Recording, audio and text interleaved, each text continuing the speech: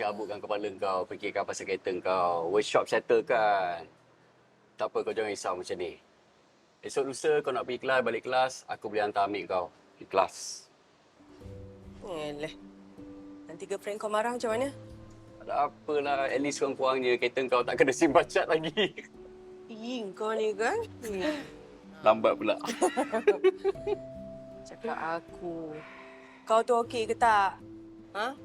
Kau pun sama kan, tak okey sangat kan? Ceritalah dengan aku. Aku dah bagi tahu dia tadi. Aku dah kenal orang lain. Serius, Ariza? Serius? Finally? Yap, finally. Tak larat lah, penat. Dia asyik tuduh aku yang bukan-bukan. Dia fikir aku ni dengan kau ada apa-apa. Sampai bila nak macam tu?